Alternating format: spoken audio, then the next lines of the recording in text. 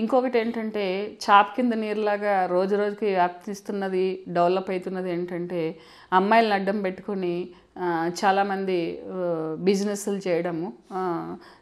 ఇది ప్రతిరోజు ప్రతి ఛానల్లోనూ ఎక్కడో ఒక చోట మనం చూస్తూనే ఉంటాం, మన కళ్ళ ముందు కూడా కనిపిస్తుంటుంది జాగ్రత్తగా అబ్జర్వ్ చేస్తుంటే. చాలామంది ఇంటర్వ్యూస్ కూడా చేస్తూ ఉంటారు. అంటే ట్రాన్స్జెండర్స్ ఉంటే వాళ్ళు ఇంటర్వ్యూస్ చేసి మేము పాపం మా లైఫ్ ఇలా ఉంది, మేము ఇలా ఉన్నామంటే వాళ్ళు కూడా తప్పనిసరి పరిస్థితుల్లో చేయవలసి వచ్చిన వాళ్ళు కూడా ఆ లైఫ్ నుంచి బయటకు వచ్చి చాలా ఎంత బాధాకరమని చెప్తూ ఉంటారు. చాలా బాధాకరం ఆ లైఫ్, మేము చాలా మానసికంగా చాలా ఇబ్బంది పడుతున్నామంటే ఎన్నో ఎన్జిఓస్ వచ్చి వాళ్ళ కోసం సపోర్ట్ చేయడము, వాళ్ళందరూ కూడా ఎడ్యుకేట్ అవ్వి వాళ్ళు మనలో కలిసేలాగా మనము చాలా సపోర్ట్ చేస్తున్నాము. చాలా అది సమాజము ఆస్వాదించదగ్గ పెద్ద మార్పు అనే చెప్పుకోవాలి. ఎందుకనంటే డే బై డే అసలు అమ్మాయిలు చూస్తుంటే కూడా మంచి కళల్లో నైపుణ్యం పొందుతున్నారు, ఎడ్యుకేషన్లో మంచిగా డెవలప్ అవుతున్నారు, తర్వాత సోషలాజికల్ అవేర్నెస్ బాగా నేర్చుకుంటున్నారు. వాళ్ళే ఎవరికి వాళ్ళు ఒక లీడర్గా వాళ్ళ సొసైటీలో కూడా బయట సొసైటీకి కూడా వాళ్ళంతా చెప్తున్నారు. అంటే తప్పనిసరి పరిస్థితుల్లో ఒక ఫుడ్ కోసమో క్లోత్స్ కోసమో ఆప్షన్ లైఫ్ చేసేవాళ్ళు కూడా బయటకు వస్తుంటే ఇవాళ చదువుకున్న అమ్మాయిలు కూడా ఆ మురికి కోపంలోకి వెళ్ళడం అనేది చాలా విచారకరమైన విషయం అని చెప్పాలి. మనం చూస్తున్నాం ఎంతో అమ్మాయి ఒక సెక్స్ రాకెట్ దొరికినప్పుడు స్కార్ఫ్ కట్టుకుని టీవీల ముందు పరిగెట్టడము, తర్వాత స్టేషన్లో ముందు పరిగెట్టడము. అసలు అది ఎంత బాధాకరం విషయం అంటే సొసైటీస్ అంటే ఫౌండేషన్స్ వీళ్ళందరూ బయటకు స్వచ్ఛంద సంస్థలు వచ్చి ఇలాంటి వాళ్ళు ఎవరైనా చదువుకోని వాళ్ళు, తెలియని వాళ్ళు, పాపం అంటే దీని నుంచి అవేర్నెస్ లేని వాళ్ళు మనం చూస్తూ ఉంటే తెలిసి చదువుకుని కూడా ఈజీ ఎర్నింగ్ కోసం అమ్మాయిలను అడ్డం పెట్టుకుని అబ్బాయిలు చాలామంది అంటే కొంతమంది ఎవరైతే చేస్తున్నారో వాళ్ళు చేయడం అనేది చాలా అన్యాయం. అది చదువుకుని సంపాదన కోసం ఆడపిల్లల లైఫ్ని ఎరగా పెట్టుకుని వాళ్ళకి ఏదో కొంచెం డబ్బు ఆశ చూపించి పేదరికమో లేకపోతే ఎంజాయ్ చేద్దామని చేయడం అనేది చాలా విషయం. ముఖ్యంగా ఇందులో కూడా అమ్మాయిలు నేర్చుకోవాలి. ఎందుకంటే ఎవరో ట్రాప్ చేస్తున్నారో మనకు తెలుసు, వాంటెడ్లీ మనం వెళ్తున్నామా ఫోర్స్బుల్ మనం వెళ్తున్నామా అనేది మన అంతరాత్మకు తెలుసు. కాబట్టి మనం చేయవలసింది ఏంటంటే దయచేసి ఏ అమ్మాయి కూడా అలాంటి లైఫ్ని ఎంచుకోవద్దు. ఎందుకనంటే వాళ్ళ లాభాల కోసం వాళ్ళు చేస్తున్నారు. వాళ్ళు ఏం చేస్తారు, వాళ్ళు మిమ్మల్ని అందరినీ అంటే ఎవరైతే ఇందులో ఈ రాకెట్లోకి తెలియకుండా వెళ్తున్నారో వాళ్ళని అడ్డం పెట్టుకుని వాళ్ళు కోట్లు సంపాదించుకుని వాళ్ళు జైలు నుంచైనా బయటకు వస్తారు. కానీ మీ లైఫ్ పాడవుతుంది. సోషలాజికల్గా పాడవటమే కాదు, దీంట్లో లోతుకి వెళ్తే చాలా అంటే ఒక మురికి కూపము అని అంటారు. కొన్ని సందర్భాల్లో కొన్ని ఏరియాస్ని కూడా కొన్ని సంస్థలు అడాప్ట్ చేసుకుని వాళ్ళు అక్కడి నుంచి బయటకు తీసుకొచ్చిస్తే టీవీ గూగుల్ ఆన్ చేసి చూస్తే ఎంతోమంది వాళ్ళ హృదయ విదారకమైన వ్యాధిని చెప్తారు. సెక్సువల్ ట్రాన్స్మిటెడ్ డిసీజ్ వస్తాయి, దానివల్ల లైఫ్ కూడా ఎండ్ అయిపోతుంది, పిల్లలతో ఉన్నది. సో ఇవన్నీ తెలుసుకోకుండా ఎందుకు ఈ ఈజీ ఎర్నింగ్ కోసము మీ లైఫ్ మీరు పాడు చేసుకుంటున్నారు అనేది అది మిమ్మల్ని మీరు చేసుకోవాల్సిన క్వశ్చన్. ఎందుకనంటే దీని మీద మాట్లాడడానికి, దీని మీద డిస్కస్ చేయడానికి కూడా చాలామంది ఇది పెడతారు. ఎందుకంటే ఇవి ఆడపిల్లల మనోభావాలను దెబ్బతీస్తాయి కాబట్టి. సో ఏదైతే ప్రాబ్లమ్స్లు ఉన్నారో వాళ్ళ గురించే మాట్లాడుతుంది. వాళ్ళ సేఫ్గా ఉండడం కోసం వాళ్ళు అలాంటి లైఫ్లో ఉన్న వాళ్ళు బయటికి రావడం, వెళ్తున్న ప్రమాదకరమైన సూచనలు ఉన్నవాళ్ళు వాళ్ళు అక్కడి నుంచి తప్పించుకునే మార్గాలు తప్పించుకోవాలని చెప్పడం మాత్రమే ఈ వీడియో చేయడం అవుతుంది. సో దీంట్లో కూడా ఏంటంటే కోర్టు ఒక ప్రాసిక్యూషన్ నడిపించే వాళ్ళ మీద కేసు అవుతుంది. వాళ్ళు మాత్రమే దోషులుగా కోర్టుకి ఎగ్జిక్యూటివ్గా చేర్చి కోసుకేస్తారంటే అమ్మాయిలను కూడా వదలరు, రన్ చేసే వాళ్ళని కూడా వదలరు. అమ్మాయిలు కూడా ఏం చేస్తారంటే వాళ్ళు రెస్క్యూ హోమ్కి పంపిస్తారు. రెస్క్యూ హోమ్లోంచి మళ్ళీ పిటిషన్ వేసుకుని వాళ్ళు రావాల్సి వస్తుంది. ఇది nothing but bail.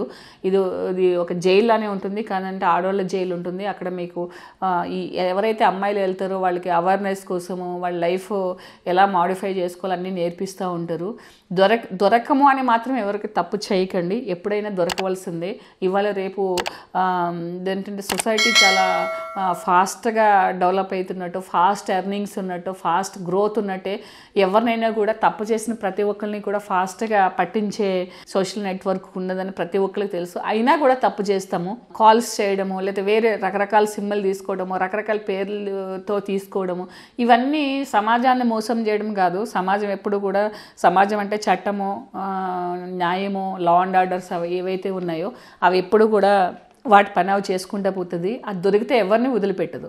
So that వాళ్ళనేదో మిమ్మల్ని మీరు మోసం చేసుకుంటూ మీరు తప్పు చేస్తూ చట్టాన్ని వక్రదావ పట్టించాలి, లేకపోతే పోలీసుని దొరకకుండా ఉండాలి, లేకపోతే కోర్టుకి మనం దొరకకుండా ఉండాలి. కోర్టుకి వెళ్తే ఏముంటుంది, ఒకరోజు సేమ్ డే బెయిల్ వస్తుంది, లేదా రెండో రోజు బెయిల్ వస్తుంది. అంటే ప్రతి సర్కమ్స్టాన్స్ ఆఫ్ ది కేసు ఒకేలా ఉండదు.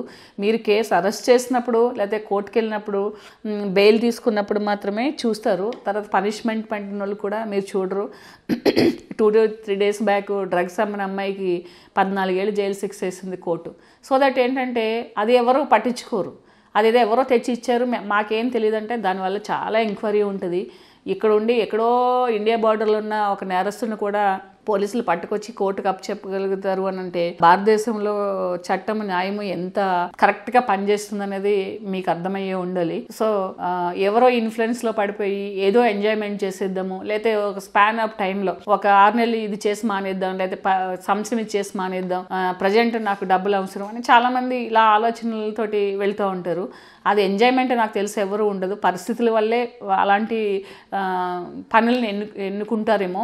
సో అలాంటిది కూడా పరిస్థితులను జయించండి. పరిస్థితులు ఏదైతే ఉన్నాయో కష్టాలను దాటి మంచి దాంట్లోకి వెళ్ళండి. చదువుకోని వాళ్ళు చదువుకోండి, బోల్డన్ని ఆప్షన్స్ ఉన్నాయి.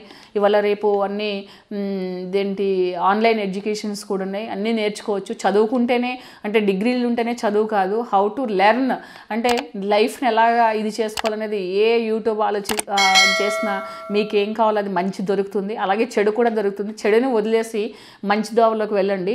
సో అబ్బాయిలు కూడా ఏం చేయాలని అంటే అది చాలా అంటే మనకు కూడా ఒక ఫ్యామిలీ ఉంటుంది, మనం కూడా ఒక అమ్మ, ఇంట్లో సిస్టర్స్, వైఫ్, పిల్లలు. ఇప్పుడు పిల్లలు పుట్టుతారు, పిల్లలు ఉంటారు, ఆడపిల్లలు ఉంటారు. రేపు వాళ్ళ భవిష్యత్తు ఏంటి? మీరు చేసే పనులు రేపొద్దున మీ వైఫ్ని ఎవరైనా ట్రాప్ చేసి, మీ సిస్టర్స్ని ఎవరైనా ట్రాప్ చేసి, లేకపోతే మీ ఫ్యామిలీ రేపు పిల్లలు ఎదిగిన తర్వాత పిల్లల్ని ఎవరైనా ట్రాప్ చేసి అలాంటి దాంట్లోకి పంపిస్తే ఒక్కసారి ఆలోచించండి. నైతిక విలువలు అనేది ఎందుకు కోల్పోవాలి? మీరు సంపాదించడానికి, మీరు బాగుపడడానికి ఒక ఆడపిల్లలని, అమాయకమైన ఆడపిల్లల్ని, తెలియని ఆడపిల్లల్ని, లేదంటే ఒక స్వార్థం కోసం వస్తున్న వాళ్ళనైనా మీ రెస్పాన్సిబిలిటీ ఏంటి? మీరు కష్టపడి సంపాదించాలంటే అది ఒక్కటే మార్గం కాదు.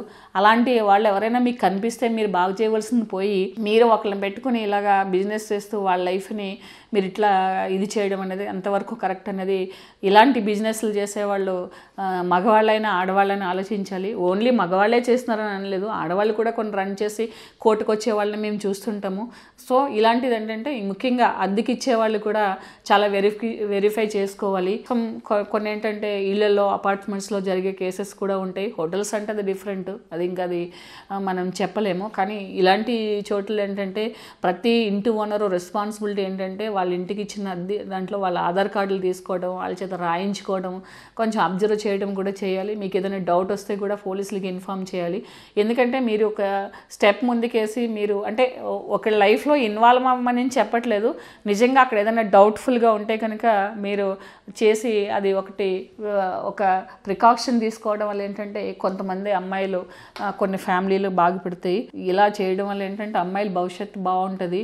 దయచేసి ఎవరు మీ లైఫ్ని మీరు పాడు చేసుకోకుండా చేతులారా ఏదైనా పని చేసేటప్పుడు ఒకసారి ఆలోచించి చేస్తే మీ లైఫ్కి బెటర్.